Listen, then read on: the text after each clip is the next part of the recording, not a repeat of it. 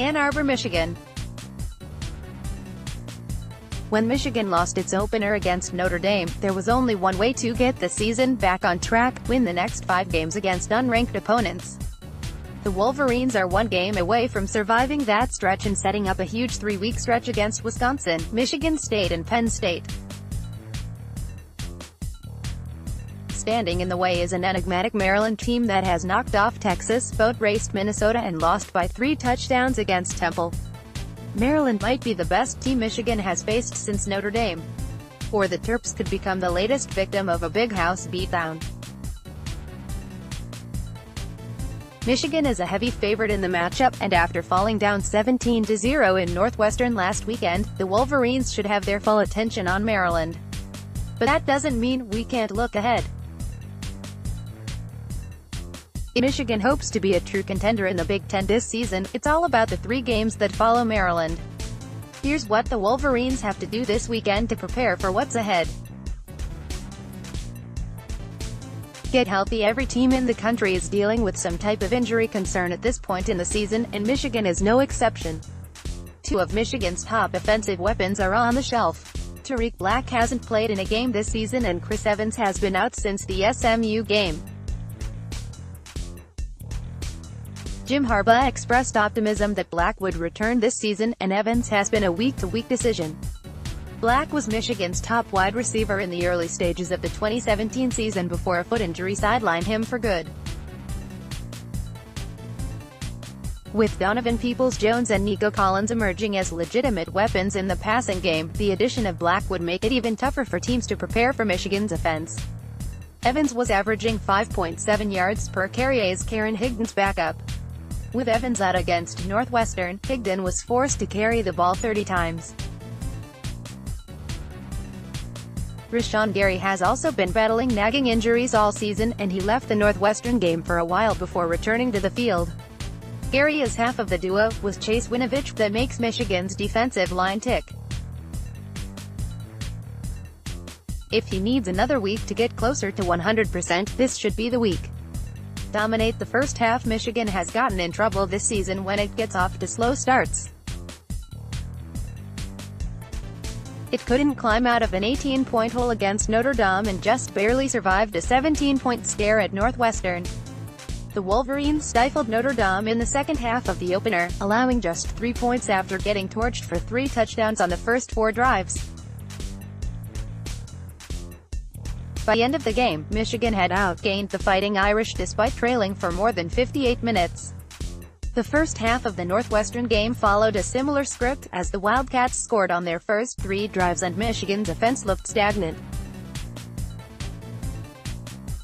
It took a second-half shutout by the defense for the Wolverines to come back and finally take a lead on their second-to-last drive of the game.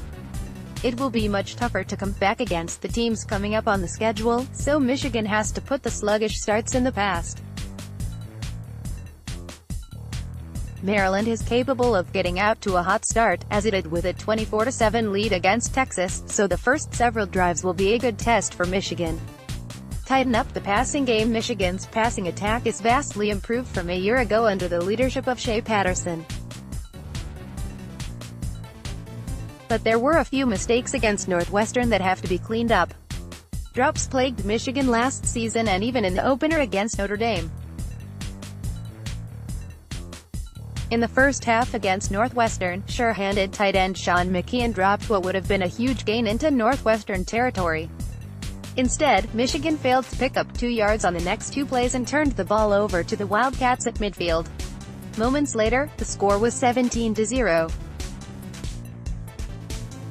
It seemed like that missed opportunity stuck with Patterson, as he missed a couple of open receivers before halftime. In the first drive of the third quarter, he overthrew Grant Perry in the end zone as the Wolverines settled for a field goal.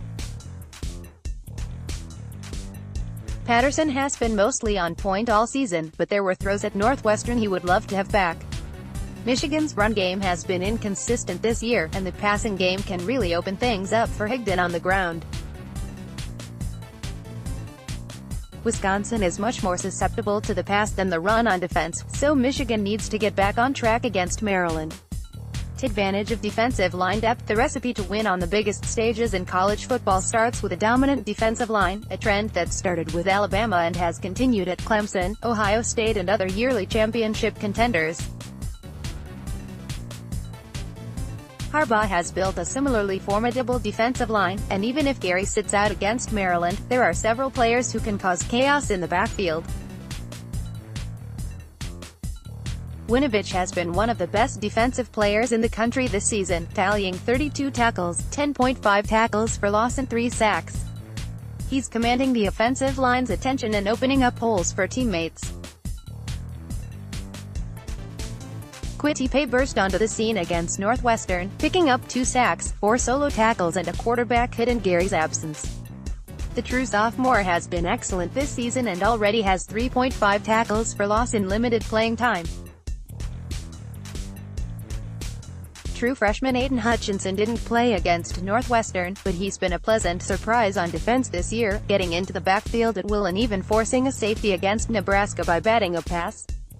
The Wolverines also have Michael Dwumfour and Brian Moan, who have combined for 3.5 tackles for loss this season, on the inside. Carlo Kemp was a difference-maker against SMU with 1.5 tackles for loss and half a sack. He had another tackle in the backfield against Northwestern.